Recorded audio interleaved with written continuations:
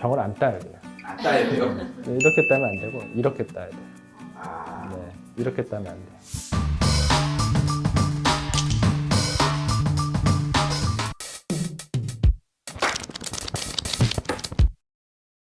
안녕하세요. 바른세상병원 수족부센터 정형외과 전문의 김동현입니다.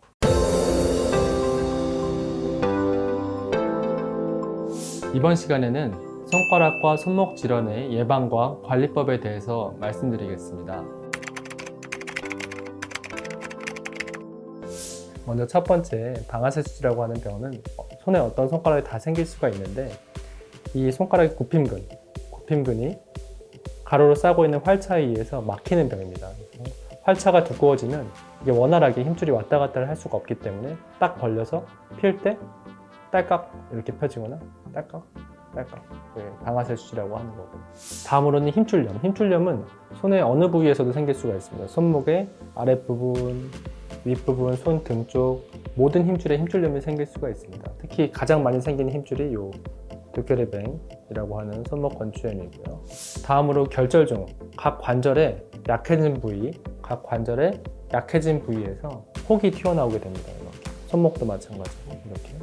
각 관절이 다치거나 손상되게 되면 그 부분에서 관절액이 새어나오게 되고 마치 뼈처럼 딱딱하게 만져지는 것들을 저희가 결절종이라고 합니다. 그리고 다음으로 퇴행성 관절염. 각 관절에 관절 연골이 많이 쓰게 되면 관절 연골이 닳아지면서 퇴행성 관절염이 올 수가 있고요. 손목 터널 증후군은 이 손목 터널 안에서 정중신경이라고 하는 신경이 눌리는 병입니다. 그렇게 되게 되면 이렇게 4개 손가락이 저립니다.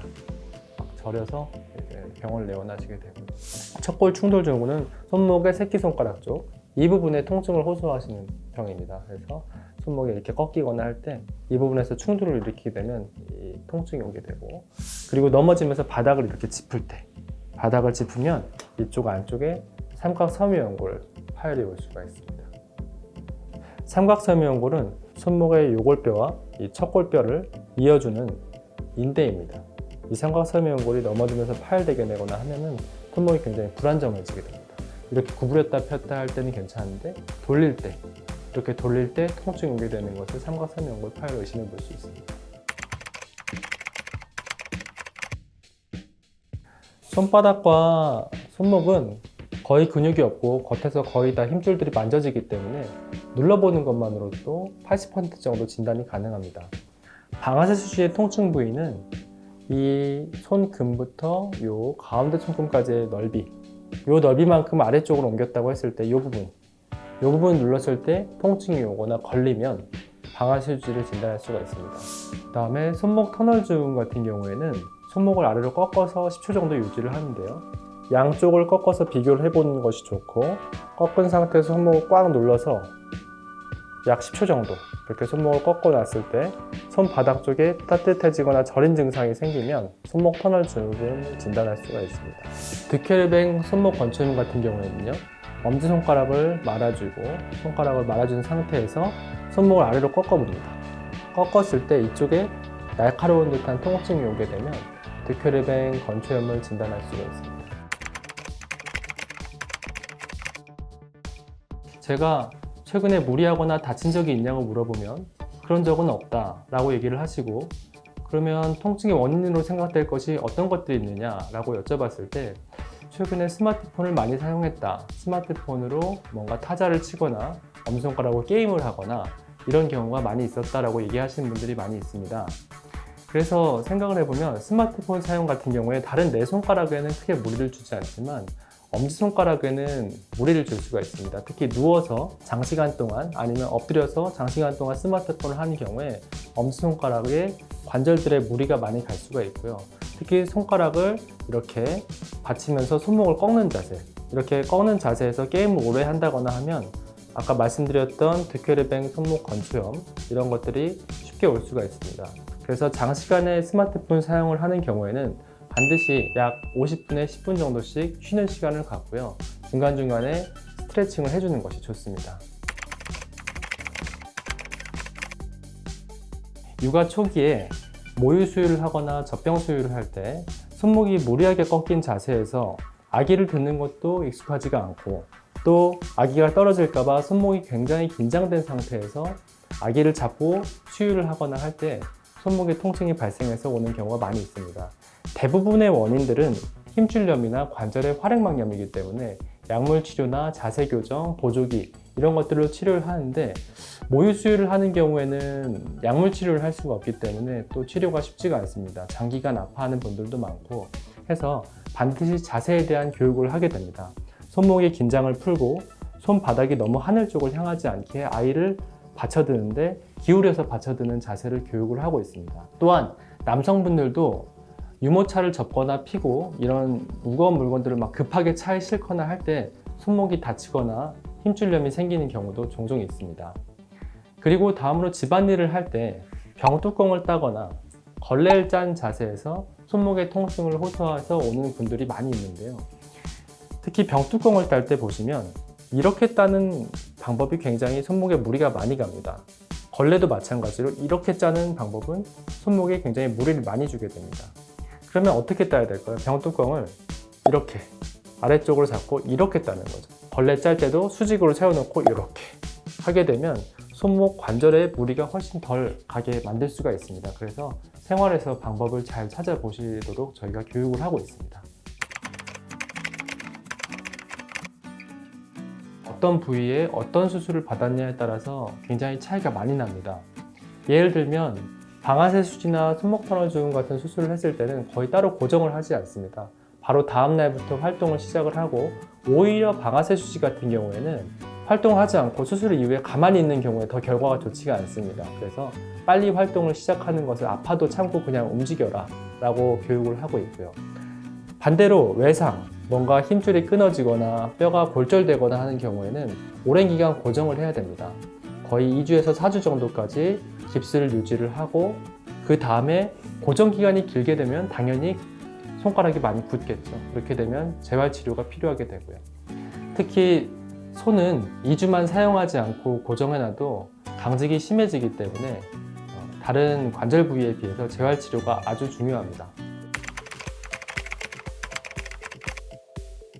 가장 중요한 것이 스트레칭입니다. 제가 환자들한테 충격파, 주사치료, 약물치료 이런 것들보다 더 중요한 게 스트레칭이다 라고 항상 교육을 하고 있는데요. 그럼 어떤 방법으로 스트레칭을 해야 될까요? 만약에 손가락에 방아쇠 수지나 힘줄염이 생겼다고 하면 반대 방향으로 꺾어주는 스트레칭이 필요합니다. 아래쪽으로 구부리는 힘은 최대한 약하게, 일을 하실 때 가볍게 쥐고 일을 하라고 말씀을 드리고요. 손가락을 하나하나씩 뒤로 꺾어줍니다.